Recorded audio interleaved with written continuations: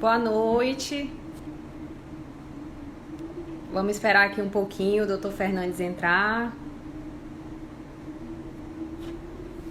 Boa noite, doutor Rafael. Doutor Rafael, advogado pesado aí. Boa noite, Raíssa. Tudo bom?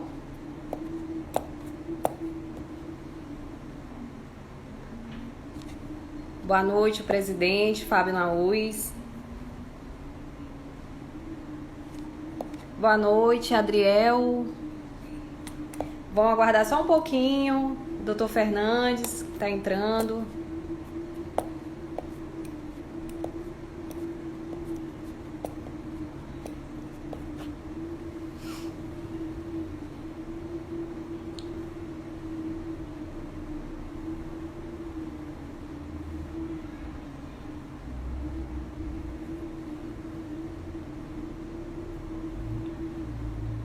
Vitória.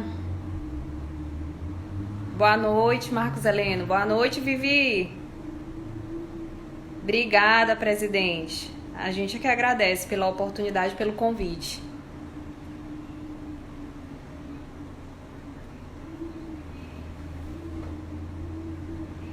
Boa noite, Santos. E construção. É um assunto muito importante, o plano diretor. Acho que para a nossa cidade é o assunto mais importante. Boa noite, Vitória Covara, advogada, ambientalista, amiga.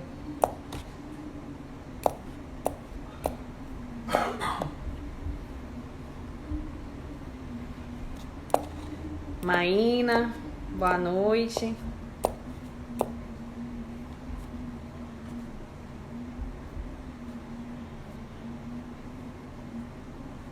Esperar um pouquinho o doutor Fernandes. Convidado ilustre, né? Gutierre, a gente vai falar... Doutor Fernandes está entrando. A gente vai falar hoje sobre o plano diretor. Plano diretor, né? A gente vai entrar um pouco aqui em São Luís e falar como que as etapas do plano, quem pode participar.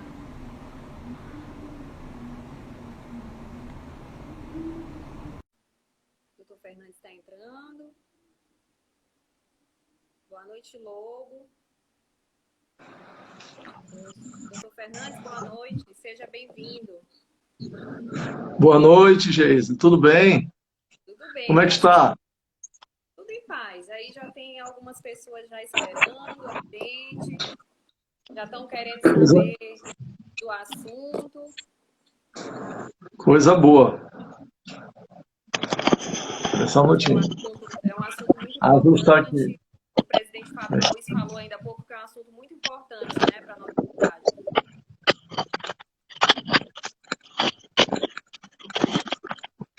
Ajustar aqui meu celular aqui. Quem que tá sem áudio? Eu ou o doutor Fernandes? É porque estão falando que tá sem áudio. O áudio tá baixo Tá de quem? ouvindo? Você tá ouvindo? Tô escutando. O meu tá bom aí pro senhor? Tá. Tá bom. Tá, né? Isso. Para todo mundo, tá bom? Tássio, boa noite. Tá muito, estão começando a entrar aí, viu, doutor? Tá certo. Que bom, né? Que bom, estão começando a entrar aí. Hoje é o Dia Mundial, né, do Meio Ambiente. Verdade. Hoje é uma data especial, né? É uma conquista da sociedade ao longo dos anos. É, isso foi um trabalho longínquo, né? Desde da década de 60, os primeiros estudiosos, os primeiros a se reunir, ainda no Clube de Roma, já desejavam que essa fosse uma pauta internacional. E, obviamente, que esse processo foi demorado. Mas até que a ONU reconheceu, né, em 1972, fez a primeira Conferência Internacional do Meio Ambiente, ocasião em que foi estabelecida essa data, 5 de junho, como uma data para estabelecer a data comemorativa do Dia Internacional do Meio Ambiente. E é essa data que nós estamos comemorando hoje, nós e o mundo todo, né? Eu fico muito feliz O universo dessas inteiro. dessas pautas estarem hoje sendo revistas, né? Nós temos aí bastante divergências quanto à nossa situação hoje no Brasil, mas eu creio que nós vamos chegar a uma conclusão de qual é o melhor caminho para que todos nós possamos trilhar. É o caminho do desenvolvimento, é o caminho da preservação ambiental, é o caminho do equilíbrio ecológico, que é isso que a nossa Constituição prevê, né? E eu quero agradecer aqui. Tem que crescer, né? Mas tem que crescer de uma forma responsável, sustentável, né? Sustentável, a palavra correta é essa, sustentável. Né? É a palavra porque nós porque é a palavra correta. Verdade. Mas para isso nós temos que quebrar algumas barreiras, né? Ainda existem extremismos de um lado e extremismo de outro. E a Constituição é clara. Ela precisa que haja um equilíbrio para que a sociedade possa ter o desenvolvimento econômico, a justiça social e o meio ambiente equilibrado. Então, é isso que nós buscamos. Né? Porque hoje em dia o que acontece? Há uma tendência de urbanização, ou seja, hoje nós estamos beirando 90% das pessoas nas áreas urbanas.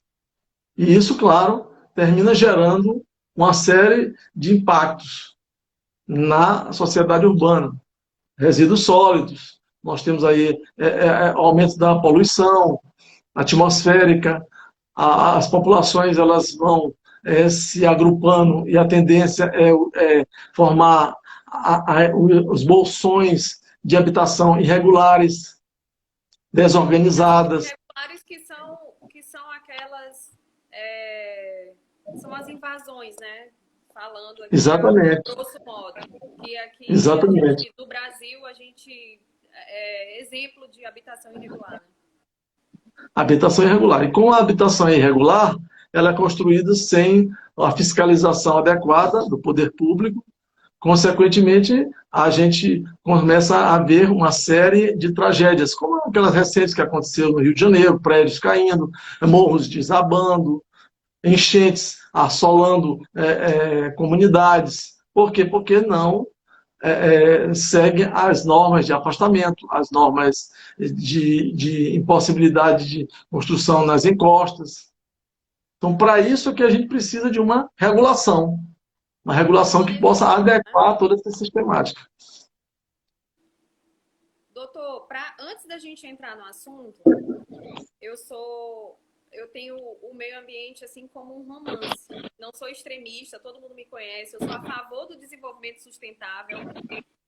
E eu vou aqui falar uma reflexão de Fernando Pessoa sobre a ecologia, né? Sobre os ecologistas. O senhor está me escutando bem? Bem, pode falar. Bom, ser ecologista não é apenas ser contra aquilo que se chama progresso. Não é apenas ser anti qualquer coisa ou anti tudo, ou porque está na moda. Não é apenas ser por certas manifestações, como o seu quê de folclore, que também é, aliás, importante. Ser ecologista é, sobretudo, acreditar que a vida pode ser melhor se as mentalidades mudarem e tiverem em consideração os ensinamentos que a velha Terra e ainda o velho universo não cessam de nos transmitir. Essa é a minha homenagem ao meio ambiente hoje, essa reflexão de Fernando Pessoa, que eu acho é o meu lado romântico do meio ambiente. Isso é importante, né? Que a gente sempre tem esse romantismo, essa necessidade de se apoderar desses elementos, essas virtudes que nos possam elevar o nosso ânimo, né? Porque, na verdade, todo esse processo, ele é conquistas permanentes, a cada dia, conquistas permanentes. Então, nós precisamos estar atentos, mas nós precisamos também cuidar das pessoas. E essa sustentabilidade, ela vem dizer exatamente isso. Então, não é à toa que nós tivemos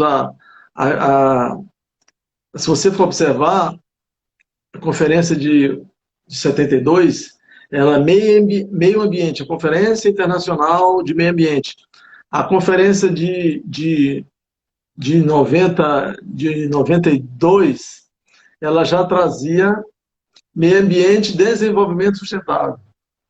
A de 2012 já vinha, já tirava o meio ambiente, né? Ela já trazia outra concepção, ela já vinha trazer que nós precisamos ter uma sustentabilidade que vá deixar o homem, que é o centro do universo, uma percepção de combate a elementos essenciais, a pobreza extrema, certo? 20% do mundo é pobre, 14% do mundo vive em extrema pobreza. Então, a ONU se preocupou com essas questões e o meio ambiente passou a ser um aliado. Ou seja, nós temos que desenvolver, nós temos que crescer, mas nós temos que saber como utilizar os recursos naturais para que eles se renovem. E, claro, o ser humano é inteligente, utilizar recursos que sejam reutilizáveis, né? Aí vem a grande sacada do ser humano, que é a tecnologia. O homem pensa para o desenvolvimento. É isso? Sim, com certeza. Doutor, eu não lhe apresentei, a gente já entrou falando aí, né? Eu acho que a gente não é acostumado com esse negócio de live aí. O presidente Fábio Araújo é que já está especialista em live. Ah, esse aí está então, todo dia. Tá todo dia. Todo dia, né? Ele já está especialista. Então, verdade. O senhor bem atuante. O Fábio é bem atuante, hein? O senhor quer se apresentar? É melhor você apresentar, né? Então, vamos lá. Doutor Fernandes é advogado, ambientalista, muito conhecido na cidade, um advogado de muito respeito. Eu conheci o doutor Fernandes há muitos anos. Toda vez que a gente tem a oportunidade de trabalhar junto, eu fico feliz. Quando surgiu esse convite, eu fiquei feliz que seria essa live com o senhor, porque toda vez eu aprendo. Então, desde que eu era acadêmica de engenharia ambiental, eu tive o prazer de conhecer o doutor Fernandes como advogado e sempre passou muita sabedoria, sempre passou muita responsabilidade no trabalho dele. Entrando no plano diretor, a gente teve a oportunidade de participar, de fazer um trabalho juntos, na verdade. A gente fez um trabalho juntos para esse último plano diretor. E aí, agora o senhor pode falar, se quiser completar, complementar. Eu já entro na questão do plano diretor, já que eu já meti aqui, já falei. Sim, primeiro eu quero agradecer o convite, né? Especialmente a você ter me convidado. Nós temos aí alguns anos participando de muitos eventos juntos, é isso? Você é sempre muito atuante na sua área de atuação como engenheira, e nós, por outro lado, sempre dando consultoria à Federação das Indústrias, ao Sinduscom, e atuando também na área da advocacia privada. E participando de toda essa discussão da Sociedade de São Luís, especificamente com relação ao plano diretor. Não é isso? Então, é um instrumento necessário, é um instrumento que precisa ser renovado, e nós temos muito o que conversar sobre ele hoje, aqui com você. Com certeza, doutor. Obrigada. A gente já começa, porque tem muita gente. Outro dia eu indaguei uns engenheiros ambientais recém-formados, estamos se formando, né? Tentei chamar para as audiências públicas e tudo, e perguntaram para mim o que era o plano diretor. Né? Muita gente não sabe o que é o plano diretor, qual a importância dele, né? Para uma cidade, para nós especificamente, que a gente vai entrar um pouco aqui. Então, o senhor já participou de alguns, né? Porque o plano diretor acontece de 10 em 10 anos, acho que o senhor participou de 2 ou 3, né? Então, o senhor pode falar o que é o plano diretor, qual a importância dele para uma cidade, para um município? Olha, eu participei de um plano diretor, o plano diretor de 2006, na gestão de Tadeu Palácio. Esse plano diretor é o plano diretor vigente. ele ainda não foi alterado. Sim. Obviamente que a cidade já há 8 anos vem conversando sobre a alteração desse plano diretor, a Isso foi em quando? atualização. 2008, né? Ele foi em 2006, esse plano diretor foi em 2006. O vigente, que ele atualmente está vigente em São Ainda Luís. tá. Uhum. E o que está acontecendo é que de 2008 para cá, ou seja, quase 10 anos, né? Mais de 10 anos, né? Esse plano diretor está sendo discutido, discutido, discutido, para que haja uma atualização. Creio que ele está nos últimos detalhes, que agora foi encaminhado para a Câmara de Vereadores, e acredito que nessa gestão não tem mais tempo de ser discutido e ser votado, devido a essa questão da pandemia. Mas é um grande passo, é um grande passo. Bom, mas o plano diretor, o que é um plano diretor? Ele é um instrumento básico de planejamento da política de desenvolvimento urbano. Essa política de desenvolvimento urbano, que é uma política de desenvolvimento e expansão urbana, na verdade, ela foi determinada lá na Constituição Federal, no artigo 182 e artigo 183.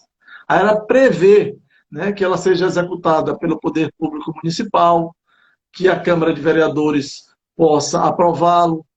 Ela prevê que esse instrumento ele tem uma função essencial, que é dar à cidade a função social que ela precisa para os seres habitantes, seus habitantes, possam viver harmonicamente dentro de uma qualidade de vida, com direito a todos os serviços de saúde, de educação, de transporte, né, de meio ambiente, Social, enfim. ambiental, né? Hoje em dia, a pauta maior do nosso, especificamente do nosso plano diretor aqui do município de São Luís é o meio ambiente, o que a gente está vendo que o choque maior, eu acho que não ter saído ainda, tá um pouco atrasado, né? Eu acho que está pegando muito mais na parte ambiental.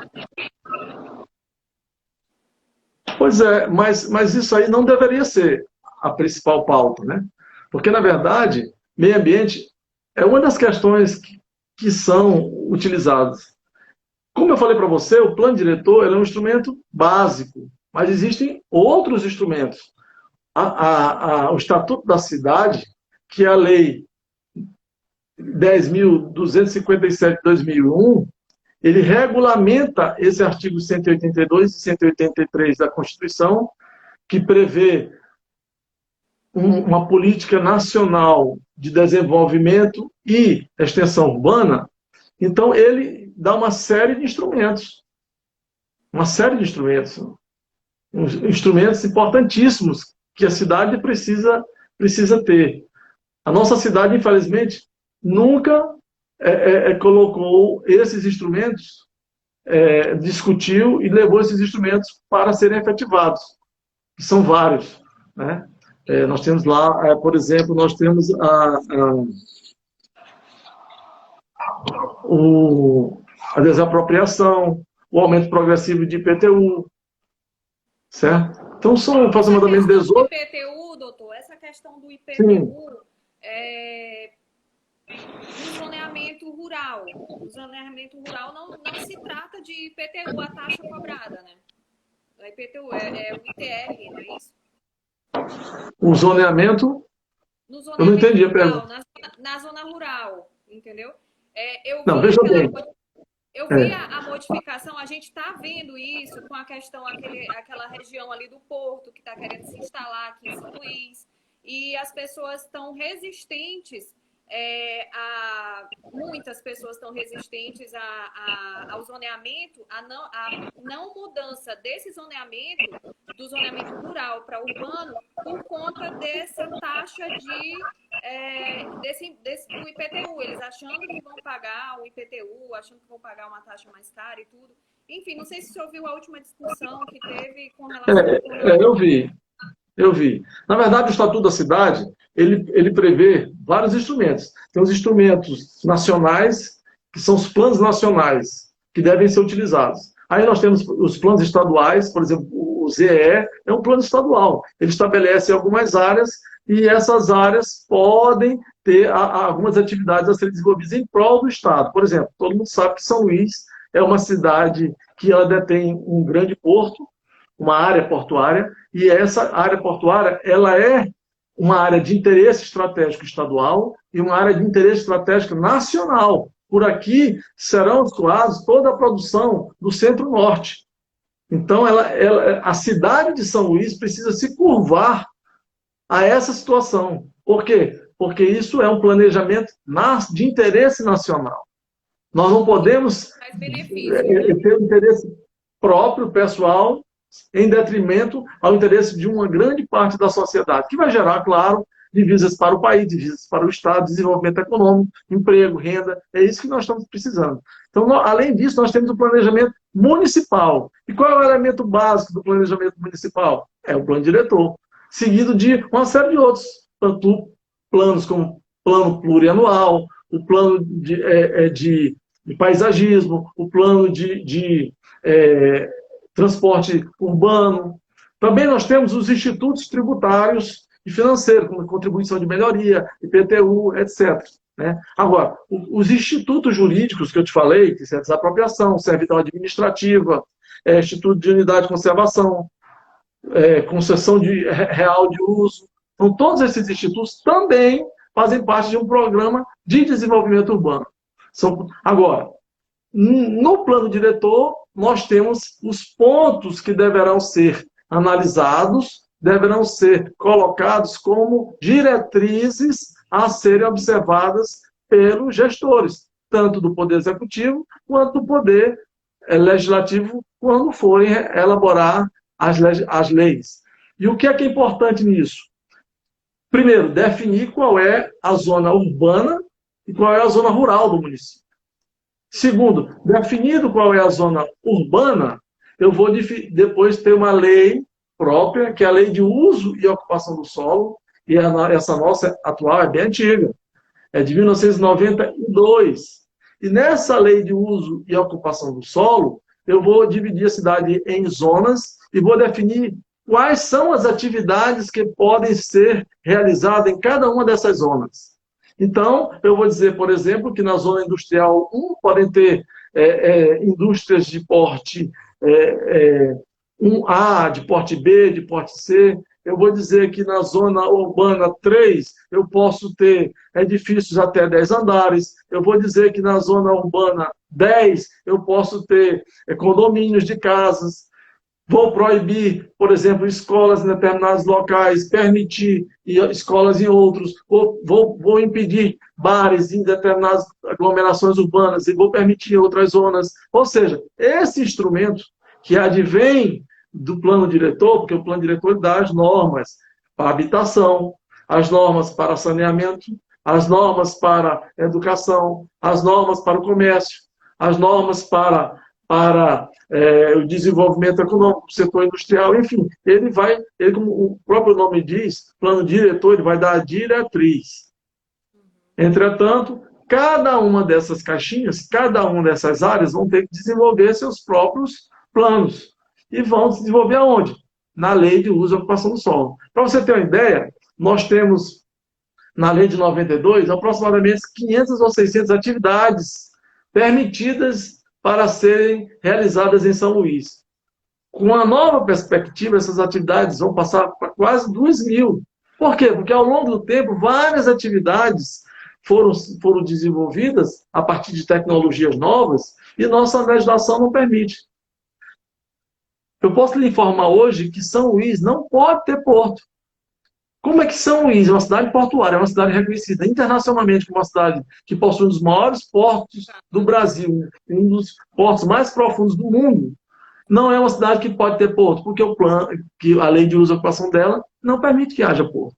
Entretanto, isso precisa ser mudado nessa nova concepção da nova lei de uso e ocupação do solo. Só que para se fazer essa lei de uso e ocupação do solo, nós precisamos avançar com o plano diretor, que já está atrasado mais de 10 anos. Que ele é 2006, era para ter mudado em 2016. E nós estamos já em 2020. E a ocupação de solo é de 92, né, ainda? 92. Aí, exatamente, já vamos aí. O empreendedor o empreendedor que comprou hoje um terreno lá perto do Porto do Maracujá, e ele está impedido de fazer a instalação da indústria, da empresa dele, porque ali no mapeamento, no zoneamento de 92, ainda está dizendo que está passando um rio, um riacho e tudo, e hoje ele está demonstrando que não existe aquele rio, não tem aquele riacho, não tem nada disso, mas ele está impedido de crescer, progredir, né? Por conta Uhum. de um plano diretor que está defasado, a lei de uso e ocupação do solo. Veja bem, Eu a vi lei várias pessoas reclamando por isso. Tipo, não é, foi só um empreendedor, tem vários aqui no Maranhão. nós já tivemos aqui, Geisa, muitas indústrias que vieram ao Maranhão, fizeram projetos de instalação e voltaram. Por quê? Porque não conseguem se instalar, porque o primeiro documento para obter a licença de meio ambiente, a licença pré, é a certidão de uso e ocupação do solo. Essa certidão de uso e ocupação do solo, ela é extraída da lei de uso e ocupação do solo. Ou seja, o indivíduo deseja fazer uma indústria, por exemplo, um fato que ocorreu aqui em São Luís. O cidadão fez um grande investimento para fazer uma indústria de tintas para a construção civil.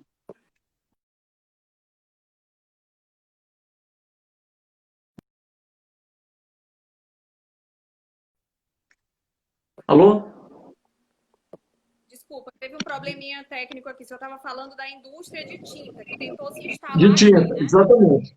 Pois bem, então o cidadão veio, comprou o imóvel, fez o projeto de instalação de uma indústria de tintas. Quando ele foi solicitar a certidão de uso e ocupação do solo, e olha que essa indústria foi implantada, iria ser implantada na zona industrial.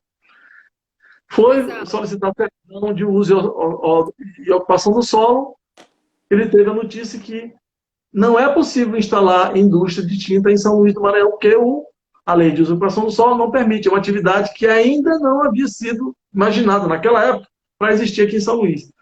As torres de telefonia celular também tiveram que ter uma alteração especial na Câmara de São Luís, na Câmara de Vereadores, porque senão não poderia ter torre de transmissão de celular, porque a lei não previa. Então, assim também existem outras inúmeras atividades que não podem ser instaladas em São Luís, porque a lei de uso e ocupação do solo era muito antiga. Então, o que precisa ser feito para alterar essa lei? Precisa ser feito o quê? Uma alteração prévia do plano diretor, para que sejam colocadas todas as diretrizes, não só urbanas, que vão gerar lei de usurpação do solo, mas também em outras situações. Como, por exemplo, lei do babaçu. São Luís não pode derrubar um pé de babaçu. Se você tiver um terreno, tiver um pé de babaçu, por hipótese alguma pode derrubar, porque a lei é inflexível. Então, muitas empresas que desejam construir, por exemplo, prédios, casas populares, galpões, ou uma escola, ou um determinado bem imóvel, e se tiver um pé de babaçu, não pode ser derrubado. Só o poder público pode derrubar em algo que seja de interesse público. Ou seja, são leis que precisam ser revistas. Qual foi o objetivo da lei do babaçu? Proteger a quebradeira de coco. Mas a quebradeira de coco, ela não vem aqui, por exemplo, para o Calhau, quebrar coco num terreno do lado aqui do shopping Calhau. Por quê? Porque aqui não é área de quebrar coco, mas ninguém pode derrubar um pé de babaçu por conta disso. Então, são essas questões que precisam ser alteradas para que o empreendedor ele tenha segurança jurídica.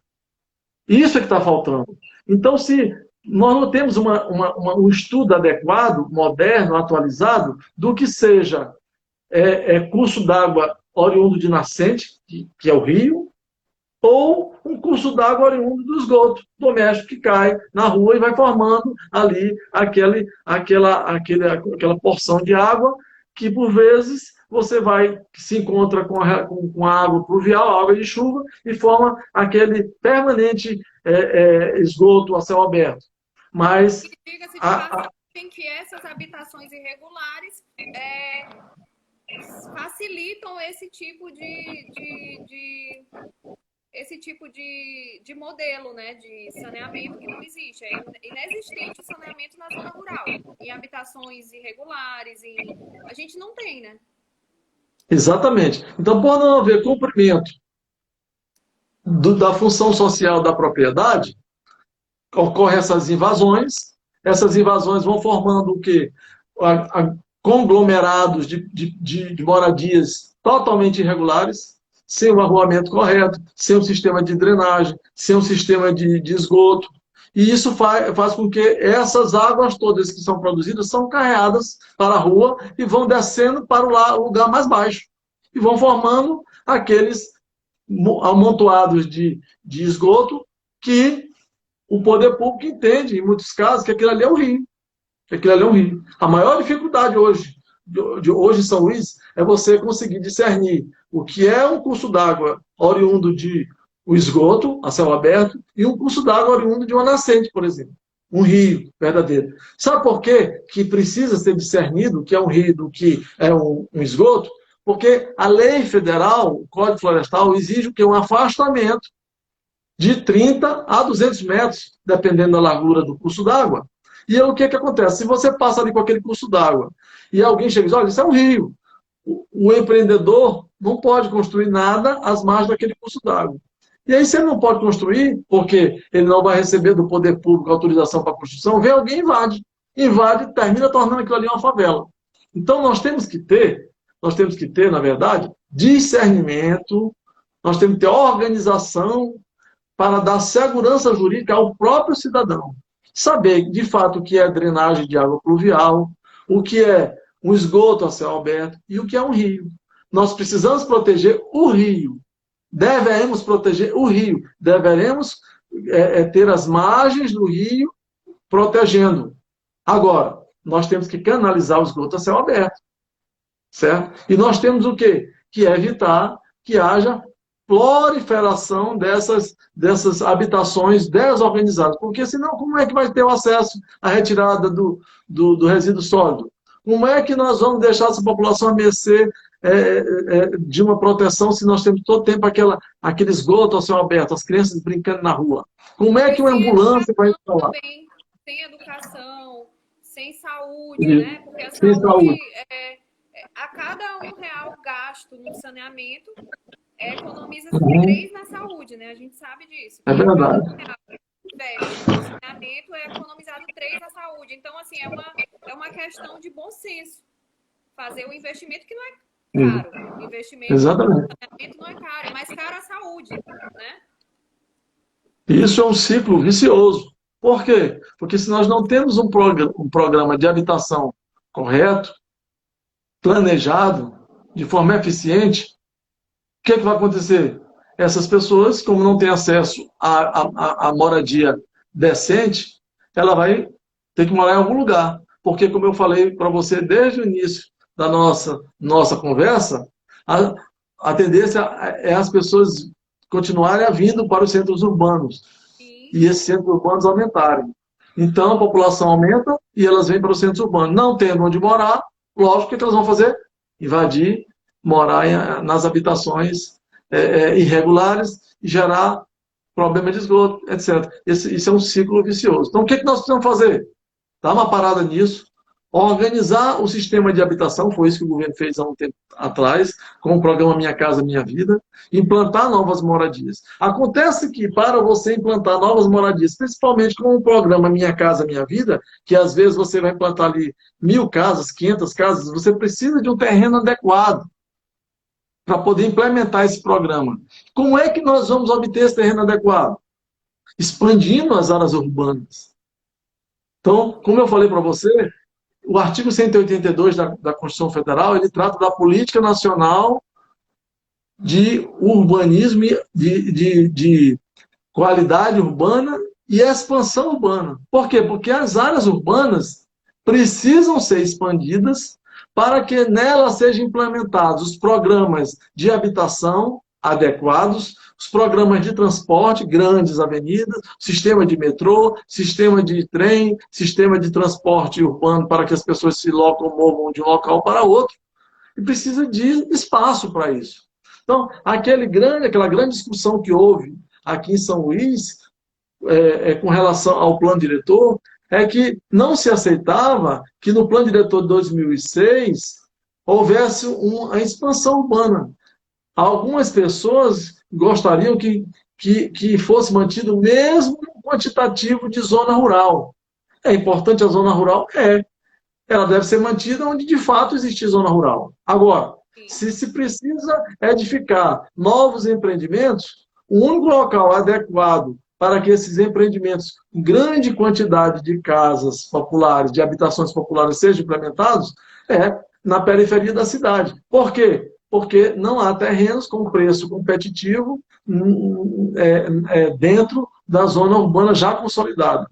Então, para isso, é claro, precisa haver uma expansão urbana. É disso que se está falando. Ah, mas isso aí vai diminuir a área verde da cidade? Não necessariamente. Já tem áreas que foram expandidas irregularmente e essas áreas podem ser utilizadas. O que não significa aqui, dizer... O o que não Rogério significa Ferreira dizer... está fazendo uma pergunta, eu creio que o senhor já até respondeu. Em relação ao meio ambiente urbano, o que o Estatuto da Cidade estabelece? O Estatuto da Cidade estabelece exatamente isso, que haja essas diretrizes para que esse ambiente urbano ele tenha que as propriedades urbanas cumpram sua função social, estabelecida em cada uma delas. Então, se o plano diretor vem estabelecer a diretriz para a quantidade de habitações, se ele vem estabelecer a diretriz para estratégias de escoamento de transportes, estabelecer diretrizes para áreas que deverão ser reservadas para que o meio ambiente fique preservado, como parques, por exemplo.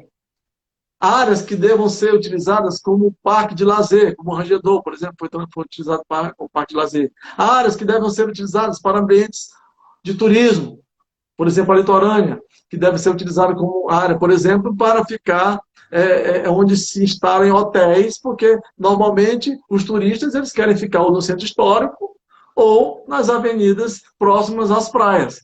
Então, toda essa questão deve ser pensada, primeiramente, de uma diretriz do plano diretor, e depois vem a segunda lei, como eu falei, a lei de uso e ocupação do solo, que vai exatamente dizer o que é possível fazer em cada zona. E mais, qual é a altura prevista para cada um dos prédios em determinadas zonas. Nós temos cidades, por exemplo, como João Pessoa, que é uma cidade planejada, organizada, uma das melhores para se ver no Brasil, onde o plano diretor de lá estabeleceu que a lei de usurpação do solo deveria fazer um escalonamento dos edifícios.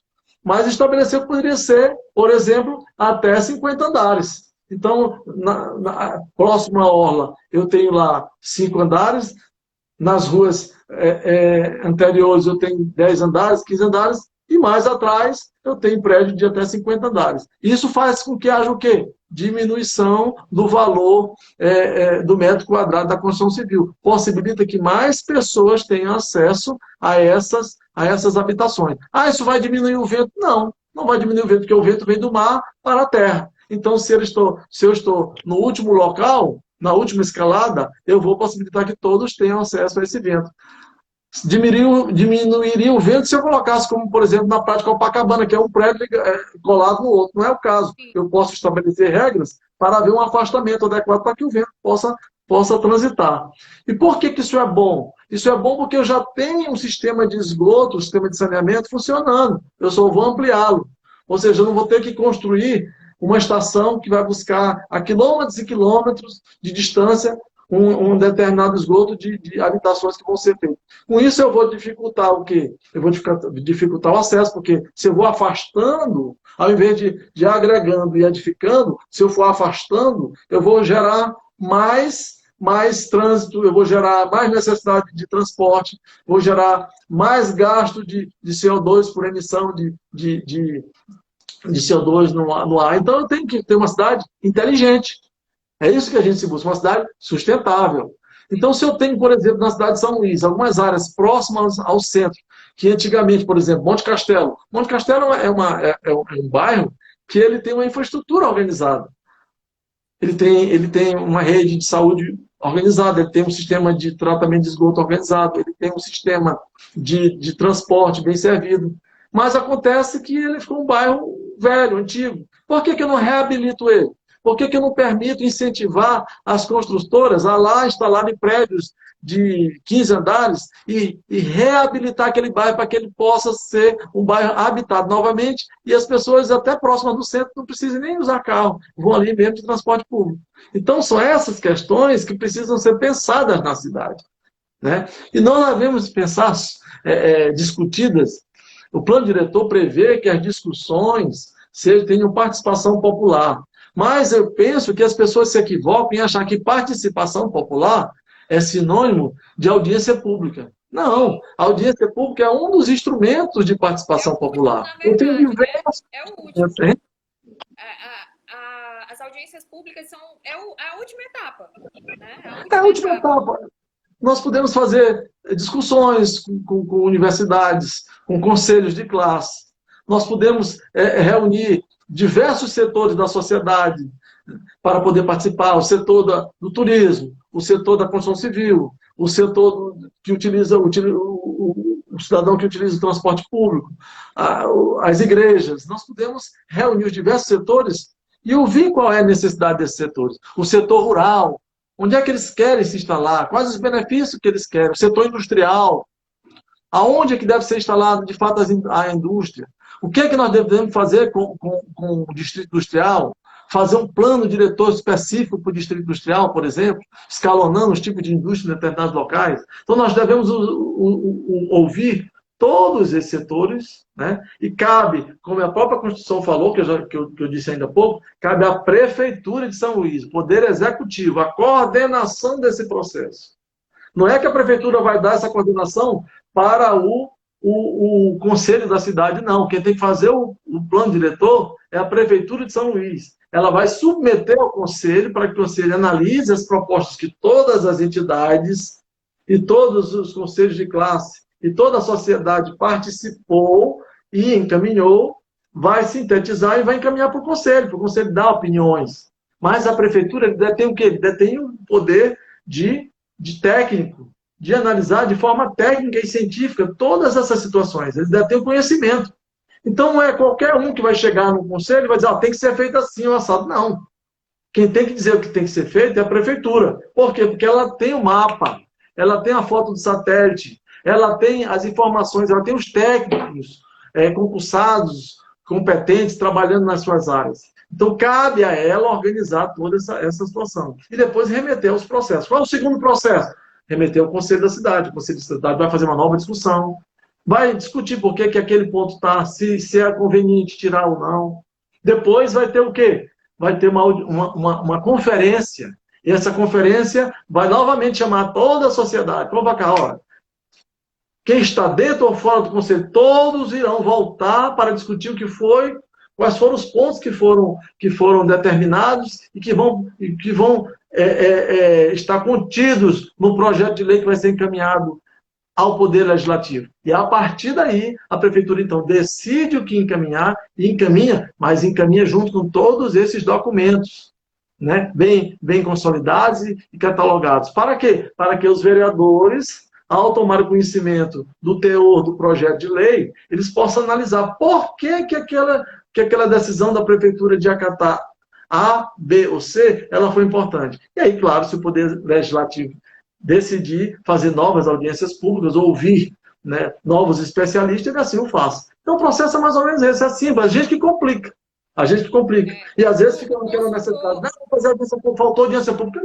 Não necessariamente audiência pública, você pode fazer consultas públicas. Você pode ouvir de várias maneiras as pessoas. Está faltando movimento, né? Está faltando movimento. Mas eu acho que já aumentou muito. Eu participei de um plano diretor, que foi o de 2006, eu participei. Mas como ouvinte, eu não sabia o que era aquilo também na época. Agora, desse último, eu entrei, né? Eu mergulhei nele. Aí o consultor Lobo perguntou aqui, quanto ao vento, tudo bem, mas e o sol? Se prédios muito juntos, só vai ter sombras. O que você me diz? Mas aí é o que o doutor Fernandes falou, né? Tem que ter um planejamento, não vai chegar e botar um cinturão de prédios na Avenida Litorânea, não é assim. para a instalação de cada empreendimento tem que ter um zoneamento, tem que ter todo o estudo, e eles têm técnicos para isso. É verdade. Então, é claro que nem tudo é perfeito. Nem tudo é perfeito. Mas, se eu tenho. O que é que eu disse que uma coisa importante que todos nós precisamos ter é discernimento, prudência, equilíbrio. E o quê? Nós precisamos ter segurança jurídica.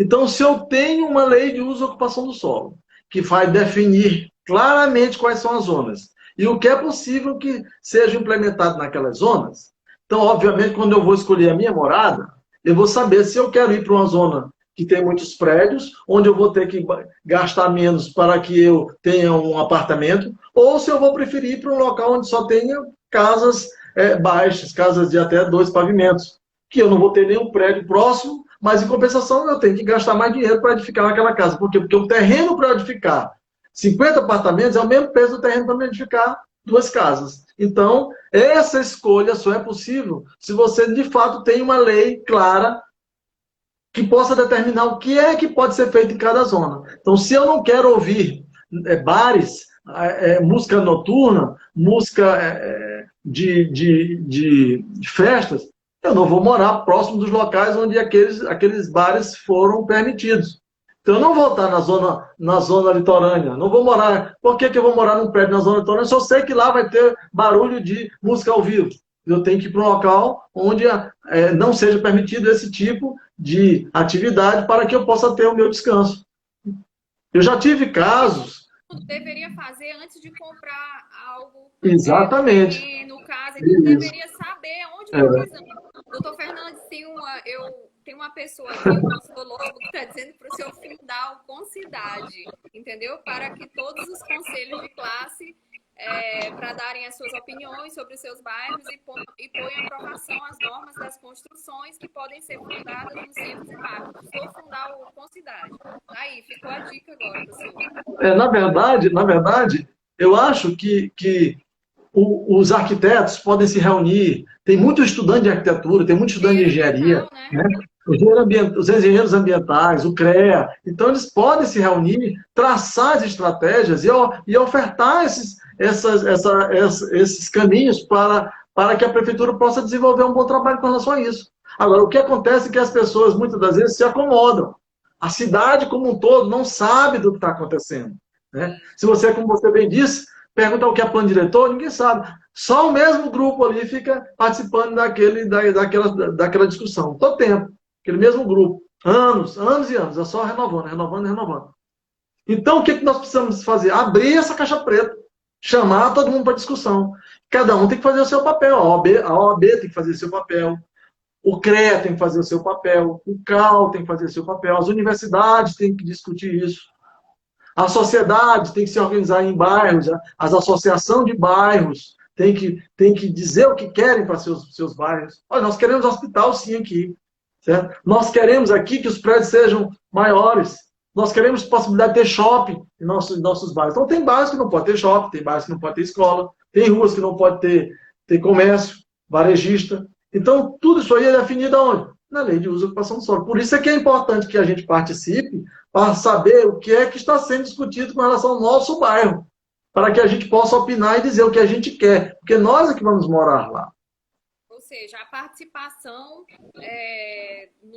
nas etapas do plano diretor, qualquer pessoa, qualquer cidadão pode participar, né? Qualquer cidadão pode participar, qualquer cidadão, qualquer entidade pode participar, qualquer organização, em qualquer momento, pode participar e levar as suas propostas. A função do conselho da cidade é exatamente avaliar a proposta que a prefeitura colocou e dar as sugestões, porque lá também tem conselheiros representando diversas entidades e também da sociedade civil. Agora, eles estão aptos a receber essas propostas. E eu cansei de participar de reunião onde diversas entidades chegavam com propostas lá para serem discutidas e avaliadas pelo conselho. Doutor Fernandes, a gente está faltando aqui 10 minutinhos para encerrar a live, né? Já Já passa tão rápido. E assim, quem quiser fazer mais perguntas, pode ficar à vontade, porque esse assunto aqui é assunto para a gente acabar uma live e fazer outra. Então, assim, a gente só começou. Mas, assim, quanto ao plano diretor de São Luís, eu queria lhe perguntar. O plano diretor de São Luís, ele pode e deve ser igual a qualquer outro plano de diretor de outro município? De São José de Ribamar, por exemplo? Ele é igual? Ele é igual? Tem que ser igual, não? Como que é Não, diferente? não. Cada cidade tem suas especificações, suas características, né? Cada povo tem a sua cultura. Então, o plano diretor ele tem que analisar todos esses aspectos. Não é à toa que lá estão ações de meio ambiente, de saneamento, de cultura, de desenvolvimento, de economia. Então, cada cidade, como tem suas especificações, ela vai verificar o que é que tem de bom nela e o que é que tem de ruim. E o plano diretor vai o quê? Vai analisar o que é possível fazer. Então, se eu tenho uma cidade que ela é essencialmente industrial, é lógico que eu vou ter ali uma indústria que tenha uma certa uma prioridade com relação à legislação. Por quê? Porque essa indústria está gerando renda, está gerando emprego, está gerando movimento na cidade. Se eu tenho uma cidade que ela é de serviços, como Teresina, por exemplo, é uma cidade de serviços. Lá eu tenho diversas entidades médicas, diversos hospitais, clínicas médicas, e a cidade gira em torno dos serviços. Então, eu vou ter um plano diretor diversificado. O maior número de bairros eu vou permitir que sejam colocadas clínicas, porque a economia gira em torno daquilo ali. Já São Luís é ao contrário. Como eu tenho porto, eu tenho escoamento de grãos, então eu tenho transporte de trens, eu tenho a possibilidade de ter outras atividades industriais próximas. Então, eu tenho que ter um distrito industrial amplo, eficaz e bem equipado para que várias atividades possam ser desenvolvidas, porque a matéria-prima está chegando aqui. Então, eu tenho que aproveitar isso. É isso que nós temos que entender. Ora, se eu tenho ferro chegando em São Luís, né? Se eu tenho ferro-gusa chegando em São Luís, qual é o melhor local para que eu tenha uma indústria que trabalhe com aço? Uma indústria que faça calota de carro, por exemplo. São Luís, que eu tenho a matéria-prima aqui, Alumar, eu tenho a Vale, eu tenho aqui o ferro-gusa chegando aqui, então eu tenho matéria-prima na minha porta. Só que a lei de desocupação do solo não permite que São Luís tenha indústria que utilize material metálico. Por quê? Porque é uma lei antiga. Foi isso que acabaram de Então, comentar. Tem um novo plano diretor, não tem como a cidade ter progresso. Realmente, na etapa que estamos ainda, eu acho que fecharam as votações, né, dos mapas, acho que a última etapa e agora vai partir para o plano de uso e ocupação de solo. Na etapa que ainda se encontra, dá para ter participação das pessoas? acho que sim. Sempre é importante ter participação. Porque alguém pode ter uma boa ideia, ou ter uma ideia contrária, com justificativa. Então, o procedimento de implantação do plano diretor, ele é um procedimento bem participativo, ele exige participação. É claro que o vereador, do nada, não vai mudar um artigo que a prefeitura teve um trabalho de 8 anos de discutir com a sociedade, porque ele achou que está incompatível com o que ele acha. Não. Para que ele venha alterar o plano diretor que está lá, que foi proposto pelo Poder Executivo, que assim diz a norma da Constituição, ele tem que ou receber um estudo técnico de um órgão competente sobre o assunto, por exemplo, um conselho de classe que decidiu que mudou a sua opinião sobre determinado ponto do plano diretor. Ele pode apresentar isso a um vereador, o vereador vai chamar uma nova discussão sobre isso na Câmara, vai fazer audiências públicas, consultas públicas, vai ouvir os especialistas, e se de fato aquele que apresentou aquela proposta tiver razão, ele pode alterar. Né? Na verdade, essa legislação é dinâmica. Ela muda conforme os parâmetros sociais. Até essa pandemia agora, ela é motivo para alterar muitas questões. Por quê? Porque nós verificamos que o modo de vida nosso vai mudar a partir de agora. Então, obviamente, que a legislação também tem que acompanhar.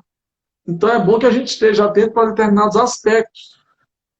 Já, os especialistas vão já indicar alterações na lei em determinados pontos para que se adeque à nova situação mundial com relação à prevenção de futuros outros vírus como esse. Vai modificar tudo, realmente. Doutor Fernandes, a gente está com pouco tempo, 5 minutos, e agora, o que causa, a última pergunta, 3 minutinhos para a gente se despedir, o que causa a falta de planejamento, né? O senhor acabou de falar, não vai ter infraestrutura, a gente não vai ter saneamento, não vai ter segurança, iluminação, essa falta de planejamento, esse atraso todo, né? O que causa para o cidadão, ainda mais o ludovicense, né? Olha, isso aí, essa falta de planejamento é a união de diversos fatores. O poder público executivo talvez esteja preocupado em sanar os problemas mais emergentes de saúde, de saneamento, de educação, pouca verba. Então, ele não se planeja para o futuro. Ele não contrata uma equipe especialista nisso, ele não coloca o plano diretor, por exemplo, como uma prioridade, vai deixando aquilo em forma secundária. Outro, a sociedade também não se movimenta. Os conselhos de classe, os órgãos, vão meio que deixando isso passar para frente. Certo? Porque quando há pressão social, aí o poder público, que ele tem mais ou menos um termômetro. É participação, não é nem pressão. Pois é, mas é participação. Eu digo que a participação também não é uma coisa sem ter a minha opinião. Não tem como, né? Não tem como. Pois justamente. Então tem que haver o quê? A participação, as discussões. A partir das discussões, você vai fazer um encaminhamento. Olha, por exemplo, o CREA se reuniu sobre o tema. De lá sai um encaminhamento. Vamos fazer algumas propostas. Então, a partir dessas propostas e desse encaminhamento, todo um órgão vai para o Poder Executivo com aquelas propostas e pressiona o Poder Executivo a tomar as medidas. Então, é assim mais ou menos que as coisas funcionam. Então, o que é que nós precisamos agora fazer? Chamar a atenção dos próximos candidatos a prefeito de São Luís e vereadores, para que eles possam falar um pouco sobre essa questão do plano diretor, que eles têm que conhecer isso. Eles têm que saber essa deficiência. Eles têm que dar prioridade. Eles têm que saber que o eleitor precisa que eles deem prioridade a essas áreas. Por quê? Porque nossa cidade depende desse planejamento organizado para que ela possa se desenvolver corretamente. E para que os seus cidadãos, dentro de uma cidade organizada, possam ter o quê? Qualidade de vida boa, possam ter acesso ao transporte público, possam ter acesso à educação, à saúde, ao turismo, ao lazer, enfim, tudo isso a partir de um plano. Isso acontece de 10 em 10 anos. Então, agora é a oportunidade para a gente participar e definir os próximos 10 anos da cidade de São Luís. Então, aí fica esse recado, né, para que a gente participe mais, que vá atrás do plano diretor de São Luís. Fica a dica também para quem quiser formar algum órgão, né, com cidade. Eu achei legal alguém formar, alguém jovem, né, esses jovens, estudantes e tudo formar, porque precisa realmente da participação da população efetiva aqui na cidade. Mas o cidadão aí que deu aquela ideia de formar um grupo, é uma ideia interessante. Sim. Tem que ter um movimento social. Se o poder público não está fazendo corretamente a obrigação dele, então o movimento social tem que se emergir. E tem que mostrar a necessidade de fazer isso urgente. Começar a fazer essa discussão. A gente está com menos de 2 minutos, doutor Fernandes. Eu quero agradecer a sua participação, que o senhor é um homem muito ocupado, é um advogado muito respeitado e renomado. Eu quero agradecer o seu tempo que o senhor gastou aqui, porque o senhor podia estar fazendo suas petições, né, que é muito trabalho. E agradecer ao senhor e ao Fábio Naus por ter nos convidado também para essa live. Tem 58 minutos. Gente, eu aqui tenho que agradecer esse bate-papo maravilhoso, essa discussão que fluiu muito boa. Eu não vi nem o tempo passar, né? Você é uma excelente entrevistadora, certo? Uma pessoa que está atuante, eu estou lhe acompanhando, estou vendo que você está bastante atuante nessa área que você escolheu, e é muito eficiente. Então, eu me sinto muito satisfeito de ter conversado com você e agradecer o convite que você fez, né? E agradecer o Fábio Naus também, né? Pelo trabalho, excelente trabalho que ele está fazendo no Sinuscom. Ele é incansável. Incansável. De manhã, Ele faz tarde um e noite. trabalho incansável com o plano diretor, É, diga-se de é, passagem, a favor de todos. Da Federação das verdade, Indústrias, da construção civil, do boi do é verdade. Maracanã,